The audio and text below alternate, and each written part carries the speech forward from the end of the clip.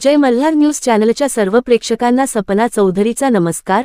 नंदुरबार जिल्ह्यातील बहुप्रतीक्षित असा शहादा नंदुरबारला जोडणाऱ्या प्रकाशा येथील तापी नदीवरील पुलाचे काम अंतिम टप्प्यात आले असून 90 ते 95% काम हे पूर्ण झाले असून पॉलिशिंग व फिनिशिंग सोबतच सेफ्टी प्रिपरेशनच्या बाबी पूर्ण झाल्यानंतर लवकरच सुरू करण्यात येणार आहे।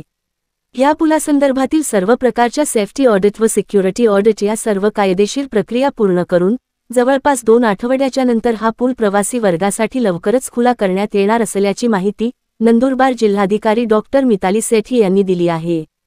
सोबतच गोमाई नदीवरील पुलाची देखील दुरुस्ती करून त्या संदर्भात उच्चस्तरीय प्रशासनाकडे त्याच्या दुरुस्तीबाबत प्रस्ताव पाठवण्यात आला असल्याचे देखील यावेळी त्यांनी सांगितले आहे।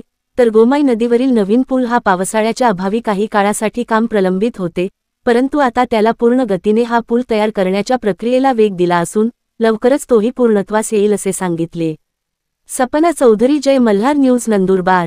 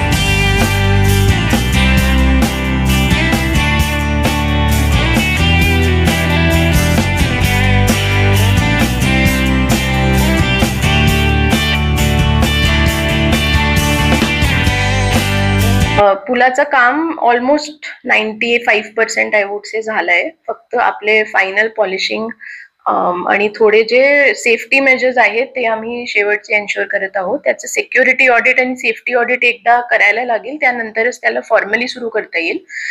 एक विजिट माझी ऑलरेडी झाली आहे आणि कदाचित 1-2 आठवडे आपली टाइमलाईन आहे की आपल्याला फॉर्मली पूल सुरू करायला हरकत नाही। त्यासोबतच जे जुना गोमाईचं ब्रिज आहे त्याचा पण आम्ही पाठपुरावा करत आहोत। त्याला पण थोडी दुरुस्तीसाठी एक प्रपोजल पाठवले। प्लस जे नवीन गोमाई ब्रिज आहे ते थोडा पावसामुळे लांबलेला होता, पण आता पाऊस संपलाय तर त्यावर पण जोरात आता काम आम्ही परत सुरू करत आहोत।